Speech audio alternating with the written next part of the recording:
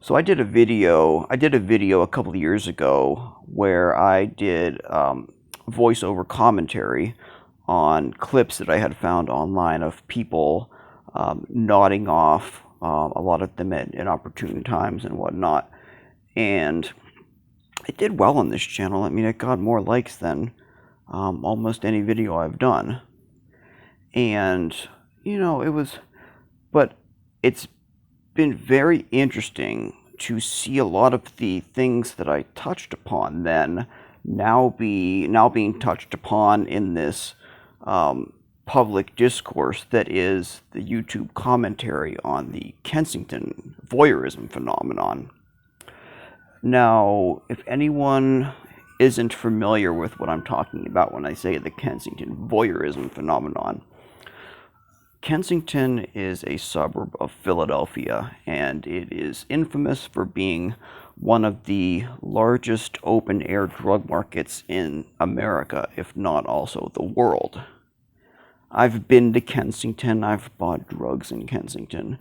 I haven't been down and out in Kensington, but I've been there, shall we call it, as a tourist, an opportunist, and yes, it's every bit as bad as is depicted in these videos. But I've known about Kensington for a long time now. It's just, at that infamous part of Philly where everybody gets drugs.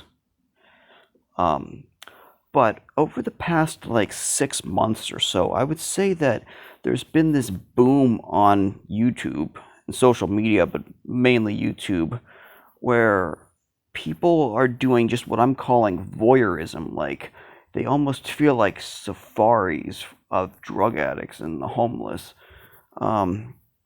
where people are just driving around on a daily basis and like filming, what happened in Kensington today. And it's just a lot of this, it's kind of depicted as like, an actual reality show in the real world framework. So you get, and some of these channels that are doing this on a daily basis have like hundreds of thousands of subscribers now. And a lot of it is in international markets. So we have the whole world looking at Kensington.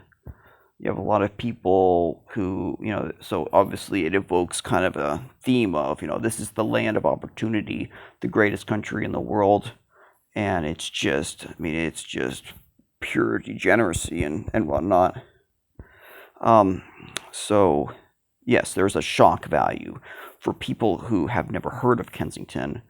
Like, the idea that this kind of thing can operate with seemingly no, the authorities and whatnot don't want to put a stop to it, which brings up the whole debate of, like, are they intentionally letting it go because they want to contain a lot of the drug problems and whatnot in Philly to just this one little section.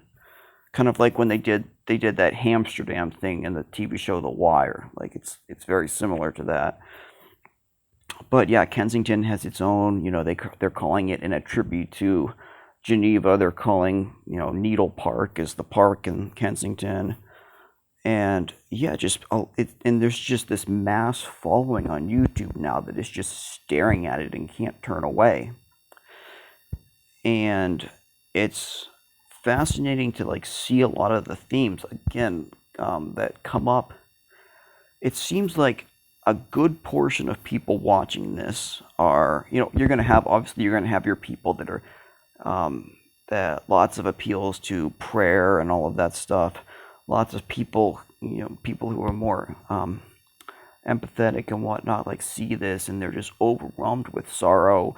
Everyone in those videos, they're someone's kid, and a lot of people are just very moved by this desire to, see these people as victims. There's victims of the drug war, they're victims of this and that aspect of society and whatnot. So there's a lot of sympathy and empathy dished out for these people.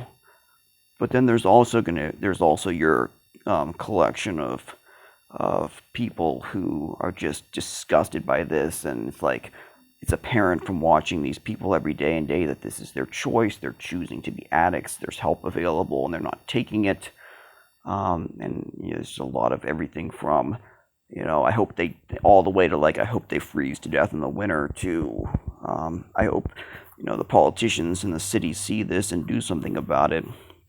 So you have like these polar opposites, but then like you have people that are like ambivalent on the topic. It seems like it's one of those things that, and this is where it gets really fascinating. Like some people, it seems like if they're having a good day, they can watch a Kensington video and feel sympathy. But if they're having a bad day, they can watch a Kensington video and be like, screw those addicts, they did it to themselves. So it's really fascinating in that aspect.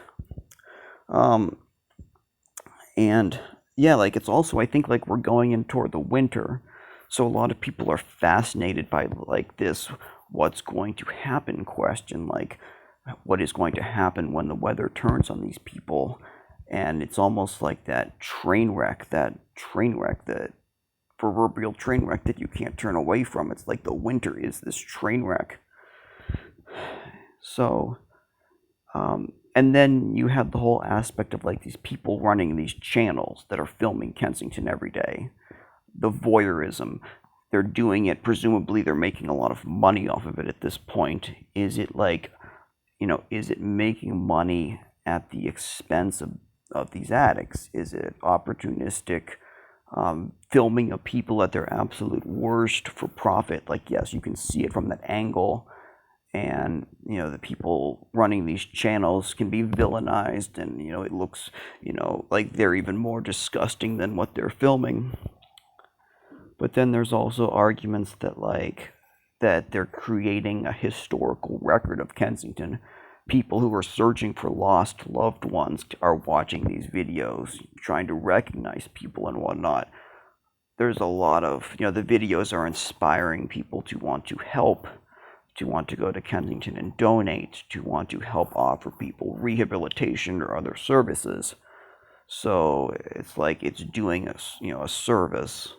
And yeah, one of the saddest things I saw in one of the Kensington videos was like there was just this like slowed down shot of like this older couple that didn't fit in at all. Your typical suburban old mom and dad, like just walking through Needle Park aimlessly, like looking like they're searching for someone with just these expressions of horror on their face. And yeah, like it is a very real thing. And then just, you get a lot of your brainstormers too that are trying to figure out like what the solution is to Kensington. And everyone seems to have their own solution. And then you have a lot of people that say like this can't, this is greater than anything that the city or the police could ever do. But yeah, like, so I'm not going to let this go too much longer. But yeah, I just curious if any of you guys have watched any of the Kensington stuff, know what I'm talking about. And yeah, it is captivating. Like, I'm, offering my feedback on it right now. But yeah, like, I'm subscribed to these channels and I'm looking at them like it is kind of a can't turn away thing. I think it's different for me because it's like, well, yeah, one more point before I leave, though. It's like you have a bunch of people in the comments that are like, oh, and yeah, a lot of it's self-serving, but people, oh, I've been clean for 8 years. I'm so grateful I don't have to live that way. People and whatnot. But it's like this voyeurism that, in a way, it's like, why would you want to stare at that if you used to live like that? And it does get this whole attitude of like, and only addicts can understand how looking at, and some of the Kensington stuff's really bad. Like the drugs that they have in Kensington these days, like it's not even, it's even worse than fentanyl at this point. Like they've got that xylazine stuff and all of these research chemical opioids and whatnot. Like it's really bad, and like some of the drugs are causing like horrible physical effects on these people. And so yeah, it's like very, very shocking. And yet you have a ton of people in the category which I fall into. It's like, why would you want to watch this? And then it's almost like that weird, like watching something so horrible where rationality and common sense would be like, that's a hot stove, don't touch it. It's like that 1% of you that, sees them nodding and is jealous. You can look at that stuff as an addict. You can look at that stuff, and it's one of the most ridiculous things to admit, but a little part of you will get cravings watching it, which is why I'm saying, like, you have all of these people in recovery in the comment section, but yet they're all subjecting themselves to this. Yeah, so it is fascinating. I would encourage anyone who hasn't been exposed to this yet to just kind of type in Kensington into YouTube and go from there.